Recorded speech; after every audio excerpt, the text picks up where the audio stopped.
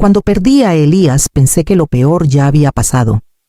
Me repetía eso como un mantra mientras empacaba la vajilla de boda, doblaba las sábanas que aún guardaban su aroma y vendía la casa que construimos desde el suelo.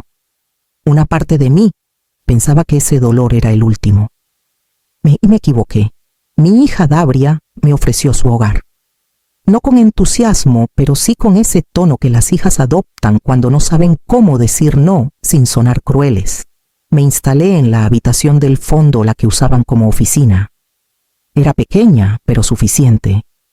Acomodé mis 2 maletas en silencio. No pedí nada. Cocinaba para ellos, limpiaba el baño, ordenaba la sala sin que nadie me lo pidiera. Me aferraba a la idea de ser útil. Roar que su esposo me miraba como si estuviera ocupando un espacio que no le pertenecía. Si hablaba en la mesa, cambiaba de tema. Si prendía la televisión, la apagaba. Cada día su desprecio se hacía más explícito. Y Dabria, mi hija, la niña que cuidé con fiebre, con hambre y con miedo, solo decía: «Está estresado, mamá. No te lo tomes personal». Esa noche hice su cena favorita, lasaña con pan de ajo. Me senté a la mesa con ellos. Dabria revisaba su teléfono, Roarke tomaba cerveza. El silencio era denso. Y entonces, sin mirarme siquiera, él dijo: «No somos una fundación benéfica. Hay bocas que no necesitamos alimentar». No entendí de inmediato. Fue como si las palabras hubieran cruzado una habitación helada antes de alcanzarme. Miré a Dabria. No levantó la vista. «Tal vez sea lo mejor», murmuró. «Solo hasta que encuentres algo más estable». Me levanté sin decir una palabra. Fui a mi cuarto. Guardé la ropa, el frasco con las vitaminas, el libro que Elías no terminó de leer. Metí todo en las 2 maletas que me quedaban de vida. Nadie me siguió. Nadie preguntó a dónde iría. Cerré la puerta detrás de mí y sentí el peso del viento en la cara. Esa noche dormí en una pensión que olía a desinfectante y resignación. Y al amanecer, cuando abrí los ojos en aquella cama ajena, supe que ya no tenía a nadie, pero también que aún no estaba acabada. La pensión donde alquilé aquel cuarto tenía paredes delgadas y una alfombra que olía a humedad vieja. En la recepción, la mujer me pidió el depósito sin mirarme a los ojos. No le importaba quién era, solo que pagara. Pagué. Durante los primeros días pasé más tiempo sentada en la cama que durmiendo en ella. Dejé el teléfono sobre la mesa de noche con el volumen al máximo. Esperaba que Dabria llamara, que dijera algo, que dijera mamá, pero el aparato permanecía inmóvil, como si también me hubiera abandonado. Le escribí 2 mensajes, uno para decirle que estaba bien, otro para preguntarle si necesitaba algo. No hubo respuesta. Las noches eran las peores. El silencio era tan grande que se escuchaban las conversaciones del cuarto contiguo, el zumbido constante del refrigerador, mi propia respiración acelerada. Me costaba reconocerme. La mujer que había criado sola a una hija, que trabajó 30 años en una escuela pública, ahora contaba los dólares antes de comprar pan. Una noche, incapaz de dormir, saqué una caja de documentos que había metido apresuradamente en una de las maletas. Quería sentirme útil, con sentido. Algo. Abrí carpetas antiguas, recibos de luz, facturas médicas. Y al fondo, envuelto en plástico, encontré un sobre con el nombre de Elías. Adentro había papeles firmados por un notario de Tucson. Años atrás, Elías había vendido un terreno en Marana. No lo recordaba. Pensé que lo habíamos traspasado sin ganancia, pero ahí estaban los números. La venta había generado una suma nada despreciable, que fue transferida a una cuenta fiduciaria a mi nombre, y seguía activa. Me quedé inmóvil leyendo una y otra vez el resumen. No entendía por qué nunca lo mencionó. Tal vez quería darme algo si él faltaba. Tal vez era su forma de protegerme, de ellos, de todo. Esa noche no dormí, pero por primera vez no fue por ansiedad. Fue por otra sensación más profunda. Una semilla pequeña, pero viva. Un recuerdo de que aún quedaba algo mío. Algo que no podían quitarme. Y al día siguiente comencé a buscar respuestas. Fui al banco con las manos temblorosas y la boca seca. Pedí hablar con alguien de confianza, alguien que no me tratara como una anciana confundida. Me pasaron con la señora Zarela, una asesora legal, que llevaba más de 20 años trabajando allí. Le mostré los documentos. Me escuchó sin interrumpirme, sin prisa, como si mis palabras valieran algo. Esto es legítimo, señora Leocadia. Este fideicomiso le pertenece. Está a su nombre. Asentí, pero por dentro no lo creía. No aún. Había pasado tanto tiempo sintiéndome desechable que me costaba aceptar que algo importante me perteneciera. Zarela me ayudó a registrar el acceso en línea y a entender lo que significaba tener ese dinero. Me explicó cómo protegerlo, cómo moverlo, cómo evitar que se evaporara en manos ajenas. Durante semanas había sentido que el suelo se me había hundido. Y ahora de pronto algo se estabilizaba bajo mis pies. Esa misma noche, en la pequeña mesa de la pensión, empecé a buscar departamentos baratos. No para mí. Aún no.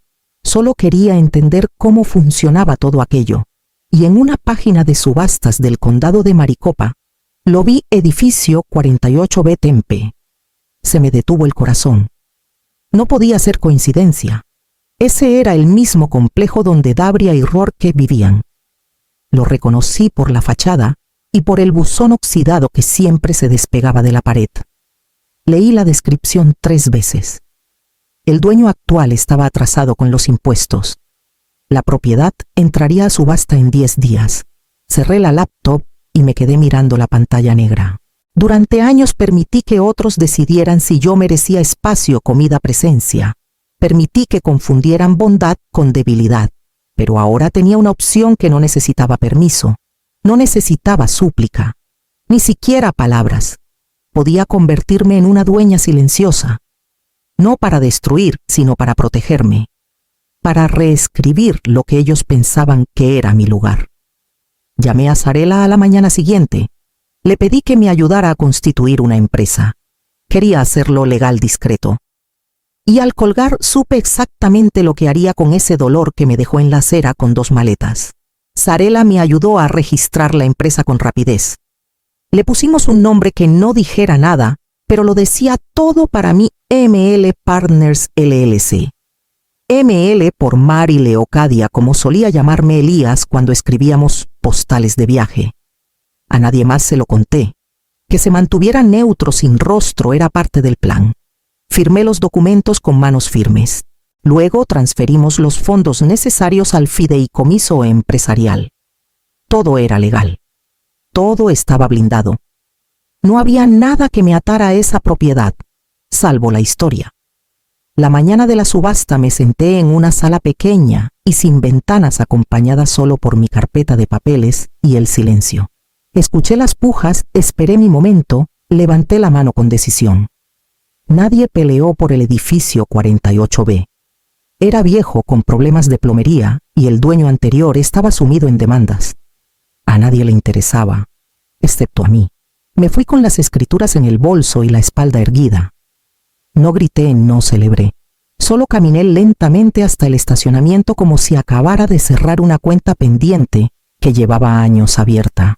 2 semanas después, los residentes recibieron la primera carta de ML Partners: nuevo propietario, nuevas políticas, revalidación de contratos, inspección del Estado General.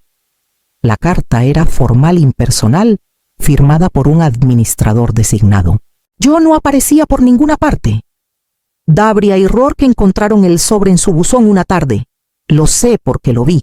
Estaba sentada en el coche al otro lado de la calle. Roarke lo abrió con desdén, lo leyó en voz alta y soltó una risa burlona. Dabria se lo quitó de las manos, lo leyó con atención, frunció el ceño y no dijo nada. Yo no esperaba otra cosa. El silencio siempre fue su respuesta favorita cuando algo le incomodaba. Esa noche, al llegar a mi cuarto de pensión, encendí la lámpara y escribí en mi libreta: la justicia no siempre grita. A veces entra por la puerta principal con papeles en regla y cara cubierta. Y aún quedaba mucho por hacer. Habían pasado ya varias semanas desde que ML Partners tomó posesión formal del edificio. Nadie preguntó por el rostro detrás de las siglas. A la mayoría de los inquilinos les bastaba con que las cosas empezaran a funcionar: recogida de basura más frecuente, timbres reparados, mantenimiento real. Nadie sospechó que quien firmaba las mejoras había dormido antes en la acera frente a ese mismo edificio con las manos vacías. Uno de los primeros cambios que ordené fue la actualización del sistema de acceso. Cerraduras electrónicas, códigos únicos, registro de entradas y salidas. El administrador asignado envió los nuevos accesos a cada apartamento, todos menos uno. Roark y Debria llegaron esa tarde como cualquier otra. Vi todo desde la grabación en la app que ahora llevaba instalada en mi teléfono. Una pequeña cámara apuntando hacia el vestíbulo. Legal, discreta, precisa. Roark introdujo el código antiguo una vez, luego otra, y otra más. Golpeó la puerta con la palma abierta como si el golpe pudiera obligarla a abrir. Dabria buscaba en su bolso como si eso fuera a cambiar el sistema. No lo miraba a él ni a la puerta, solo al suelo. Se alejaron unos pasos. Luego regresaron. Roark apretó el botón de contacto al administrador. La voz grabada respondió con cortesía. Su código no está registrado. Por favor, comuníquese por correo. Lo hizo. 3 mensajes en menos de una hora. Ninguno tuvo respuesta. Me senté al borde de la cama mirando la pantalla. No por crueldad, no por satisfacción, sino por memoria. Esa misma puerta me vio salir con 2 maletas y los ojos secos de tanto tragar lágrimas. Ahora la misma puerta se cerraba ante quienes me la cerraron primero. Esa noche Dabria dejó un mensaje de voz en el buzón del administrador. Pidió una reunión. Dijo que debía tratarse de un error, que pagarían lo que se hiciera falta. Pero no había error, solo consecuencia. Apagué la pantalla y me serví un té.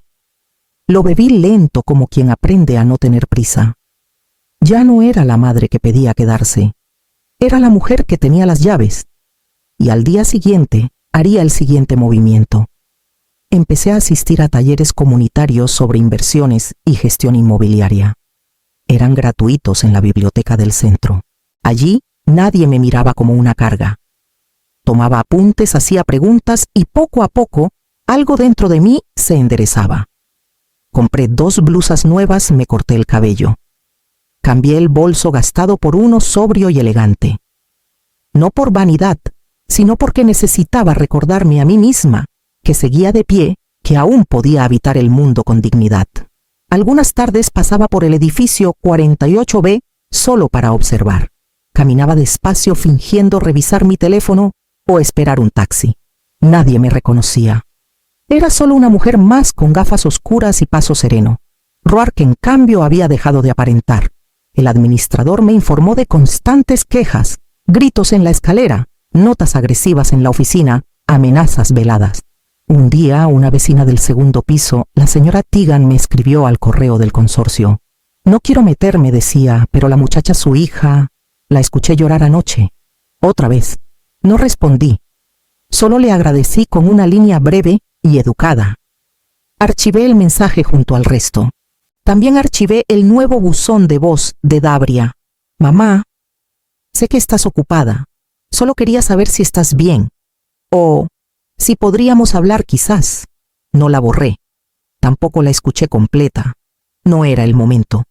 Me quedé mirando la pantalla por un largo rato sintiendo como el pasado golpeaba la puerta desde adentro. Pero no abrí. No todavía. Esa noche, al revisar los balances de ML Partners, noté que por primera vez el edificio generaba ingresos estables. Los otros inquilinos pagaban puntuales. Había mejoras en marcha. Pero el apartamento de Dabria seguía siendo el único con retrasos, excusas, tensión.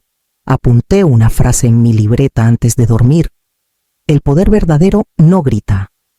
Camina en silencio con los ojos abiertos. Y mientras la oscuridad llenaba el cuarto, supe que el momento más duro aún estaba por llegar.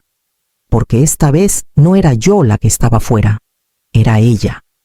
Los avisos habían sido claros y entregados con tiempo. 3 cartas, 2 correos electrónicos, una notificación firmada por el administrador. Ninguna fue respondida. Roarke dejó notas llenas de excusas de culpas dirigidas a todo menos a sí mismo. Pero la fecha llegó y esta vez no hubo prórroga. El contrato no se renovó. El desalojo fue ejecutado con respaldo legal sin escándalos ni prensa. Solo una furgoneta vieja y 2 empleados del juzgado cargando cajas marcadas con prisa. Dabria no lloró frente a ellos. Lo supe porque vi las cámaras. Pero en la última imagen, mientras Roarke gritaba al cielo y pateaba la acera, ella se agachó y sostuvo un peluche deshilachado. Lo metió en su bolso apretándolo como si fuese la única cosa que todavía la reconocía. Pasaron 2 días. Yo estaba en el 3er piso revisando con el electricista las nuevas instalaciones LED cuando escuché el timbre del vestíbulo sonar sin parar. Luego, una voz conocida entrecortada más baja que antes. Necesito hablar con alguien. Por favor, solo unos minutos. La cámara enfocó su rostro. Dabria, más pálida sin maquillaje, con una chaqueta demasiado grande para su cuerpo. El portero, un joven de rostro firme y voz tranquila, le pidió que se identificara. Ella dijo su nombre. Él revisó la lista. Lo siento, no figura en los registros de acceso, respondió con calma. Pero yo vivía aquí. Mi madre, dudó Leocadia. ¿Está ella aquí? Hubo una pausa breve. El portero miró a la cámara donde yo observaba desde mi oficina provisional a través del monitor. Entonces él respondió sin titubeo: Leocadia ya no está disponible. Ella se quedó de pie. No gritó más. Solo bajó la cabeza. Sus manos temblaban, pero no retrocedió. Parecía esperar algo. Una señal, una voz, una grieta. Yo la vi desde la ventana del ala este. La vi como la madre que aún recuerda la primera vez que esa hija dijo mamá. Pero esta vez fui yo quien se dio la vuelta. Caminé hacia el interior del edificio sintiendo cómo cada paso se alejaba no de ella, sino del dolor. Y en ese silencio entendí que el verdadero poder también sabe cerrar puertas. Era una tarde templada casi sin viento. Yo estaba revisando papeles junto a la ventana cuando escuché el timbre. Me levanté sin prisa. No esperaba a nadie. Al mirar por el visor, el mundo pareció encogerse en un solo gesto. Dabria. No lloraba. No traía flores ni excusas. Solo una bolsa colgando del hombro y los ojos hundidos. Quería saber si puedo entrar. Aunque sea a escuchar, dijo sin alzar la voz. Asentí y abrí la puerta. Caminó despacio como si cada paso pesara. Se sentó en la silla frente a la mía sin tocar nada. Yo fui a la cocina. Puse agua a hervir. Preparé té para 2. Serví las tazas. Nos miramos poco. Se fue, dijo mirando el vapor. Roarke. Me dejó una nota. Ni siquiera firmada. Yo no dije nada. No lo culpo, continuó. Lo permití todo. Le seguí el ritmo. Me callé cuando debí hablar. Me reí de cosas que me dolieron. Contigo. Sus dedos giraban lentamente la taza. Encontré el diario. El tuyo. El viejo, el que dejaste en el fondo del armario. No sabía que lo guardabas. No sabía nada de ti en realidad. Bajó la mirada. Leí cosas que me hicieron ver que yo creé una historia de ti que no era cierta. Siempre pensé que eras débil porque no gritabas. Pero ahora veo que solo eras silenciosa. Y fuerte. Mucho más fuerte que yo. El té se enfrió un poco entre mis manos, pero no lo solté. No vine a pedirte nada, añadió. Ni ayuda, ni casa. Solo, no sé. Recordar que aún existimos la una para la otra, aunque no sepamos cómo. Seguimos sentadas ahí sin prisa. No era reconciliación, pero tampoco castigo.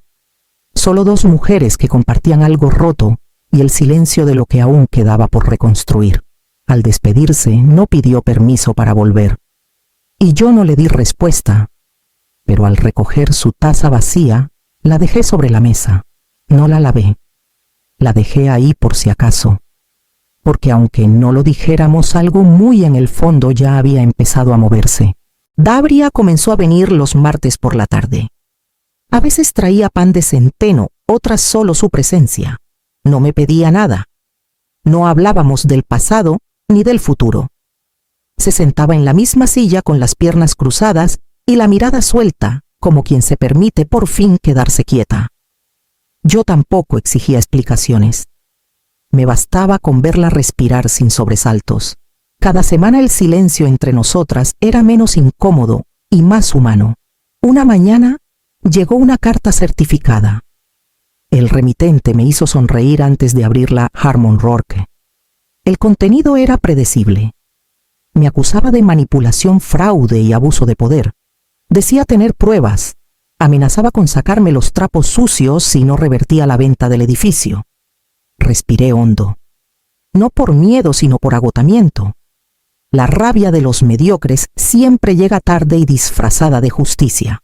Llamé a mi abogado, le envié copia de la carta y en menos de 48 horas la respuesta fue entregada a un paquete bien encuadernado, con registros notariales, transferencias bancarias, licencias, cámaras de seguridad y un resumen de las veces que Roarke había incumplido contratos. Todo legal, todo impecable, todo previsto. No hubo contraataque. Roarke desapareció sin estruendo. Un vecino dijo que lo vio subir a un autobús rumbo a Nevada. Otro comentó que había vendido su celular. Nadie lo volvió a nombrar con certeza. Yo no celebré. Solo me senté como cada martes en mi butaca junto a la ventana. La silla frente a mí ya no estaba vacía. Dabria hojeaba un libro de cocina que yo creía olvidado. Sus dedos pasaban las páginas con una delicadeza que nunca le había visto de niña. ¿Te acuerdas de esta receta?, preguntó sin mirarme. Asentí en silencio. Sí, la recordaba. Como recordaba los cumpleaños que pasamos solas. Como recordaba su primer día de escuela y el nudo en mi garganta. Como recordaba la noche en que me dejó fuera sin una palabra. Ella volvió la página. Creo que me salía mejor cuando tú estabas al lado, susurró. No respondí.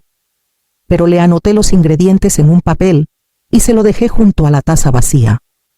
Porque había cosas que no se pedían, pero sí se ofrecían. Vendí el edificio en silencio, sin avisos, sin celebraciones. Me reuní con el agente una tarde cualquiera. Firmé los papeles con la misma calma con la que una madre dobla la última prenda de su hija antes de empacarla. El dinero entró a la cuenta al día siguiente. No lo miré de inmediato. No tenía prisa. Destiné la mitad al refugio Magnolia, un espacio para mujeres mayores que, como yo, fueron tratadas como carga. Les pedí una sola condición: que construyeran una sala con mi nombre, no por ego, sino para que alguien algún día leyera esa palabra y pensara en la posibilidad de volver a empezar. Por las que se quedaron sin llaves. Así quedó grabado en la entrada. Con la otra mitad compré una casa sencilla.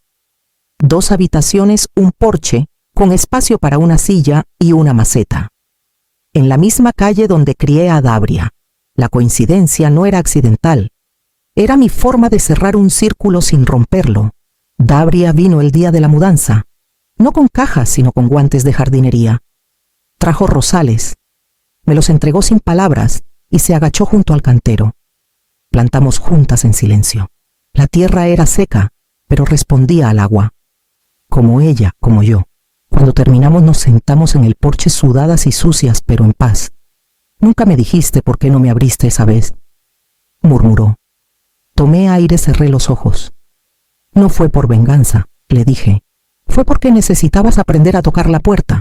No respondió. Solo miró los rosales recién sembrados y se permitió un gesto de comprensión que no había tenido antes. Esa noche escribí en mi diario. Las manos ya no me temblaban. Hoy no lloré, no por dolor, sino porque ya no me sobra lo que sentí. La silla que estaba vacía ya no lo está. Y aunque el pasado no se borra, florece si lo riegas con verdad.